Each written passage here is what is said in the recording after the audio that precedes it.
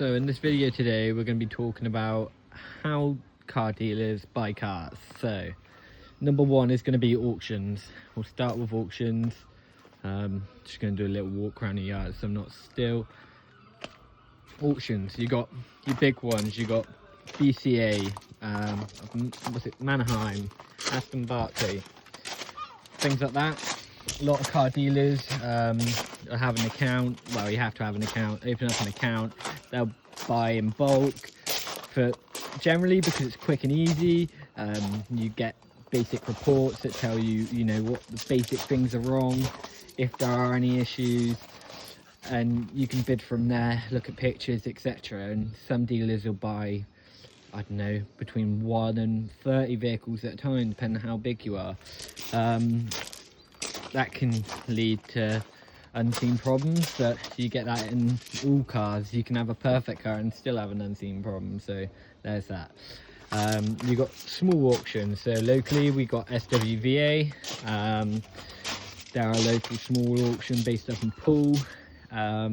You will have them all around the country, local auctions. A lot of smaller end dealers will be there, maybe some part-time traders, hobbyists. General public can generally go to them as well, so that is good. Again, you can buy multiple cars at once. Some of the older ones you've still got physical auctions, so you can have a look around, whereas the big ones are mostly online now. Then you have car buying platforms, so you've got Motorway, you've got CarWow, you've got stuff like that. Again, you can bid on multiple cars, you can have a quick list. Generally it's slightly cheaper than the auctions, people tend to say, but this day and age not so much, because the public obviously price their own cars, not a dealer getting in the margin, like a main dealer on their part exchanges. You might find that Motorway, stuff like that, you'll get customers that then want a price increase, and they'll be saying, oh, someone's offered me this, and we've never got involved in that. Heard too many horror stories, so not for us. But again, dealers do find it does work sometimes. Then you've got your online platforms. So you've got things like Facebook, eBay, Gumtree, those kind of platforms. Anyone can sell a car. It doesn't have to be trade. You can be the general public, just stick it on your profile. eBay, I can't remember if you have to pay a small fee. They might have just changed it on cars. Facebook's obviously free. Gumtree, not sure, don't do too much on there anymore. Again, you got them. Then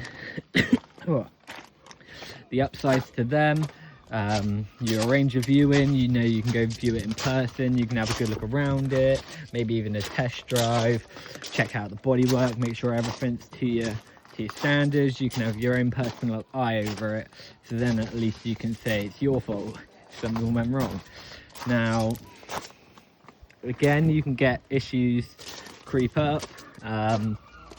We've bought cars in the past privately that have been perfectly fine, and then a day later when they're cold, they're not right. It happens. Then what else we got? Yeah, so let's talk about what we do. We've always been buying privately, so Facebook, eBay, stuff like that. Generally we don't use auctions anymore. We closed our BCA account 2+ years ago. SWVA, we haven't bought anything off them in a couple of years, and I'll tell you why. So BCA, the last 3 cars we bought online, all had clear checks to start with. We had photos of the reports as we're bidding, and then on collection, when the reports got sent through, we had 3 cars, all automatics, all with automatic gearbox, all then had automatic gearbox issues. So that was a whole palaver. Didn't end up buying them, fought with BCA and shut the account down. SWVA, we bought, I think the last 2 we bought, can't remember what the other one was, but we bought a Citroen C4. Now the Citroen C4, we seen it in person, it ran through, it drove all right. There was, nothing visually wrong with it. So obviously bid on it, won it, picked it up a day or two later, ended up driving it back, got about 1.5 miles, 2 to 3 miles down the road, and then the engine seized. So that was a bit of a nightmare. Obviously, because you bought it from an auction, not much you can do with that, so we were stuck with that one.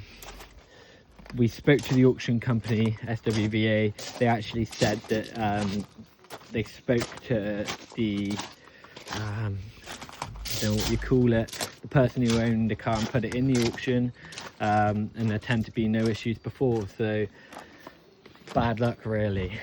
So dealers, it depends what your profile is. If you're a big company, you know, big stock turnover, you want to buy cars fast and cheap, auctions are your ideal thing. Now if you've got a bit of a smaller turnover, you're looking for perfection cars, you might find that online companies like eBay, Facebook, you'll get the bargains as such, you know, MOT failures, etc. And you can put a little bit of money into them and work them back to a real car. There's a lot of pros and cons really. Like I said, we tend to now buy online. We arrange viewings obviously with owners, and then we'll go and look at the car, see if it's right for us, or we'll get a car come in. Another thing I haven't talked about is the public. So you get public selling your cars. Where we're at garage, we get cars come in that MOT fails, or some people just don't want to drive them anymore, switch them to an auto, upgrading, downgrading, all of the above. So yeah, that's another source of income of cars. Again, you've got online presences where you can source income from cars, so like Facebook, Instagram, WhatsApp. I guess some people will use TikTok. We've got a YouTube account, so if you get people that you've got on the platforms that are watching your content and they want to sell a car, they might get in touch. Now I'm going to do a second video, which I'm going to just tack on to the end of this one, about how we buy our cars and where they have came from. So let's get into that too. So following on from the last video, where do we get our cars? So let's have a run through. This Fiesta 62 plate, metal edition. We bought this off a customer online. He said it needed a clutch and I think a tyre, so we purchased that one. This 308, this was a customer who come in to the garage. I still remember the day he bought it in. He come in, gave us a price. I think we negotiated a little bit, probably not good enough now, but yeah, we end up buying this one in, probably not too far off what that's up for. Now I just dropped that down to 3,495. I need to sort the price tags out. This one, so when you sell a car, if you do a good enough service to the customer, they might even sell it back to you when they grow out of it. So, or when you sell them another car. So this one I sold 2-3 years ago. Lovely car, low mileage, still is low mileage. Guy didn't do too many miles. He ended up selling it back to us because the water pump failed, and I think he was an older fella, so he might have just got a new car, stopped driving. I want to say maybe even had 2 cars, so withered it down to 1 car. Yeah, so another place you get cars, traders. Didn't mention this. Traders always sell cars. If you're obviously in the motor trade and someone's offering you a car that you can make a margin on, 9 out of 10 times they're going to do it. So this is where this come from. This Golf, local car, bought online. Customer was going to scrap it, so we've put a bit of money into it, got it up together, made a decent car out of it. It's going to be a cheap runner for someone. Yeah, you can do well out of Facebook. This one, i10, this is a customer. He come in locally, just wanted to shift it, gave us a price. We were happy with the price, so done a deal on that one. That's that one. Didn't mention before, should have done it. Again, part exchanges. This Astra is a part exchange. Sometimes you win, sometimes you lose on them. This one I gave good money on. Probably not too far off what it is up for. By the time we've done all what we've done, it's cost us a fair bit. Yeah, part exchanges, so they're a good option. You can get great cars from part exchanges, you can get not so great cars from part exchanges. It's potluck, but generally most people try and take everything just to get a deal over the line. I just cleaned that and the birds pooed on it. Micra, got the same day as the Fiesta at the front there. Picked this up from Salisbury, again an online car. The customer, I think this one wanted a clutch too. Yeah, both of them needing a clutch, eh? So this one, lady had it from I think new, killed the clutch after a couple of years. Her parents bought a brand new Audi, so can't complain there. This one was a trader. Bought this beauty off a trader, need to put a price tag back in it. Mobility spec car, trader local to us. If he can get a car in, he'll always sell it to us. Dabbles in it, you know, it's a bit of drinking money for him. So yeah, if you know a trader that always sells a couple cars, get in touch. Tigra, I dread this car. This was a part exchange. Story is I had a Focus, bought the Focus, needed an engine, had an engine for a Focus, bought the Focus to put the engine in, sold the Focus, took a Mini in part exchange, sold the Mini a week later, took the Tigra in part exchange. The money was alright on it, so I'd done a deal, and now we're stuck with a roof that's given us issues. It's closed now, so that's good, but it's getting it back open, which is a problem. So I've taken the price tag out of that one for now. That is on the list to be sorted. Astra, this little gem here, getting covered up by the bushes. You can see I'm trying to dig out. I've got a black bag there for them. This beauty come from a part exchange. I bought a, so the story is I had a Tiguan, which, no, right, let's go back to the start. So how did I get the Tiguan? Bought the Tiguan, no, what did I do? Bought Tiguan from auction, sold the Tiguan to a lovely chap, one of our best customers. If you're watching this, you know who you are, you're lovely. We sold you the Tiguan, took a Mini in part exchange. You had the Tiguan a year or two, took the Tiguan back in part exchange and sold a high top combo. Again, combo has been brilliant to you like the Tiguan was, and we then sold the Tiguan, took in 2 part exchanges, yellow MG which come from a trader. He had that, and his personal car, which was a white Hyundai iX 35.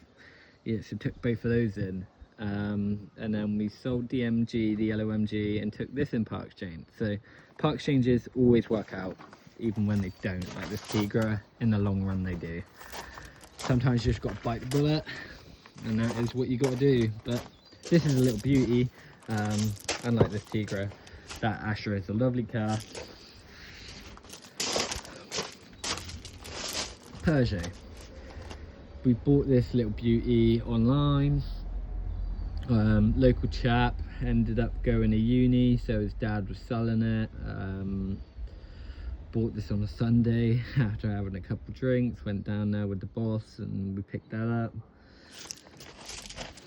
The C3, that was a trader's car, so we bought this online. I can't remember, we went to view this, I think it was something else we went to view, might have been this.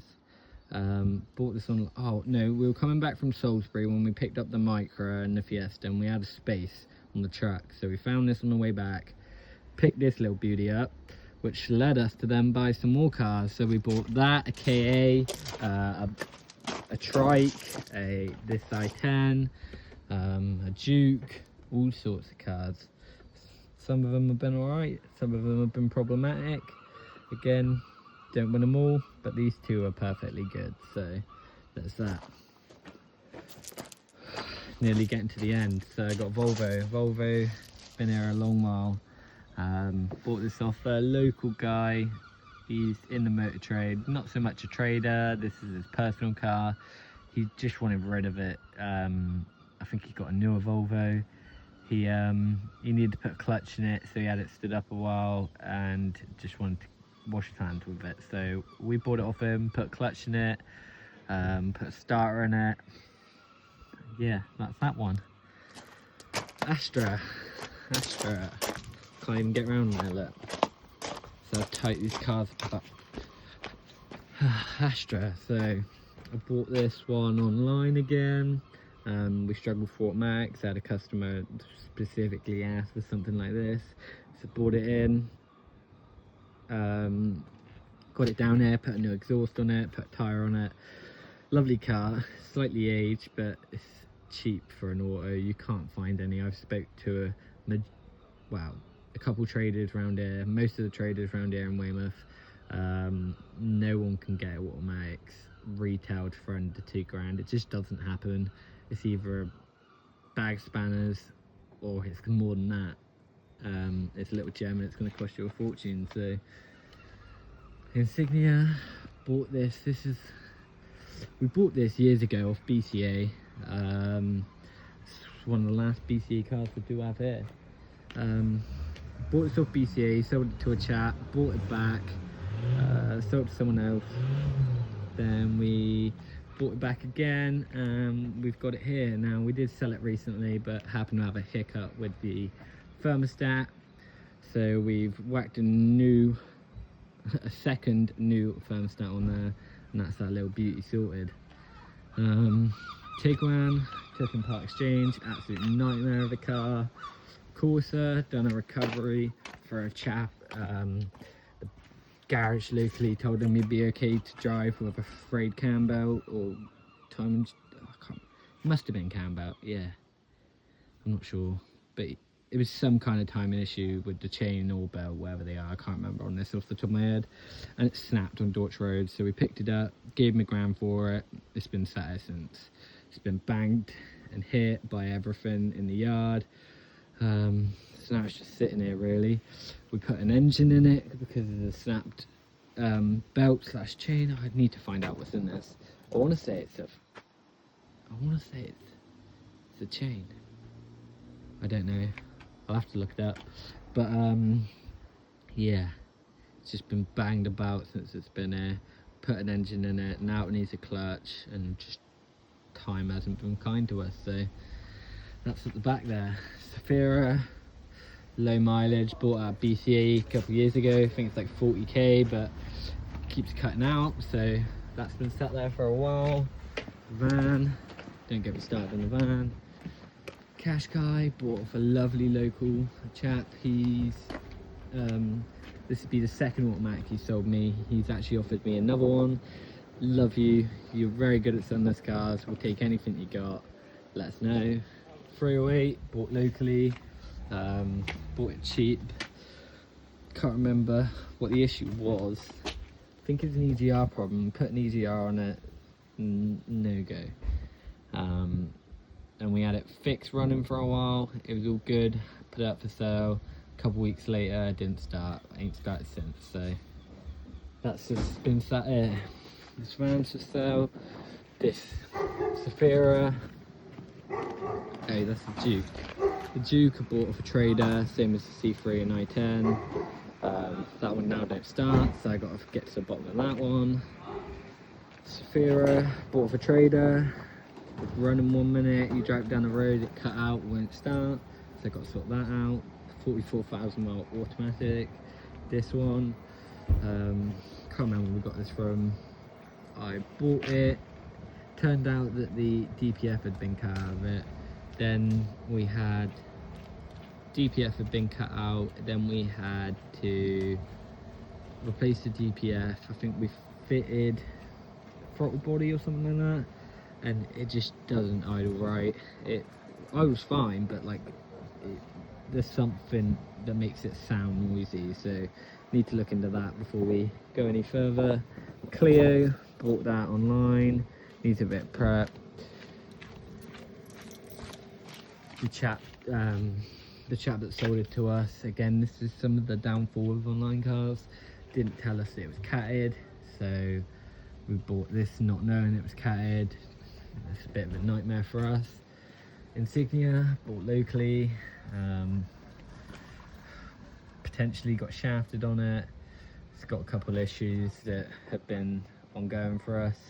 The guy sold us a couple cars, but not really been honest. We bought one car off him, ended up being a write-off, had been catted previously, so that devalued it a lot. This one, it was all good, inspected it all good, but I didn't check because it was hot, that the oil in the water was alright, so it's all just mixed into the coolant bottle now. Potentially it could be head gasket, maybe thermostat housing, something like that. Gotta look into it. C3, bought online, just never had much luck with that one. We thought we fixed it, we put 2 EGRs on it, no, 3 EGRs on it, done loads of other bits to it, never got to the bottom of it, ended up giving back a refund when we did sell it, so been stuck here ever since. Now we have that, bought that off auction, BCA, end up needing a fuel pump, it's just aged, so probably just a bad decision in buying.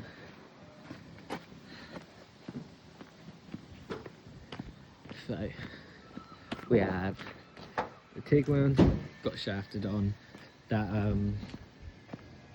to the Empire Exchange, windscreen's cracked, obviously knew that.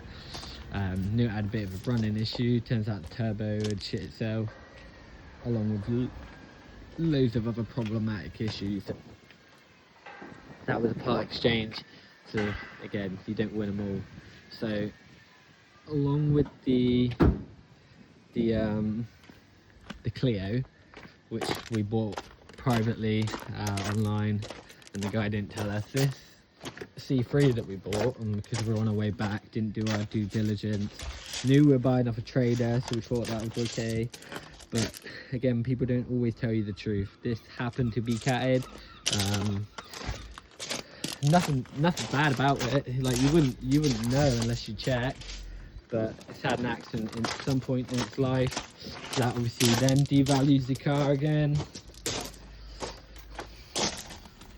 And you wonder why life's so hard. People just don't make it easy by not being honest. But hey ho,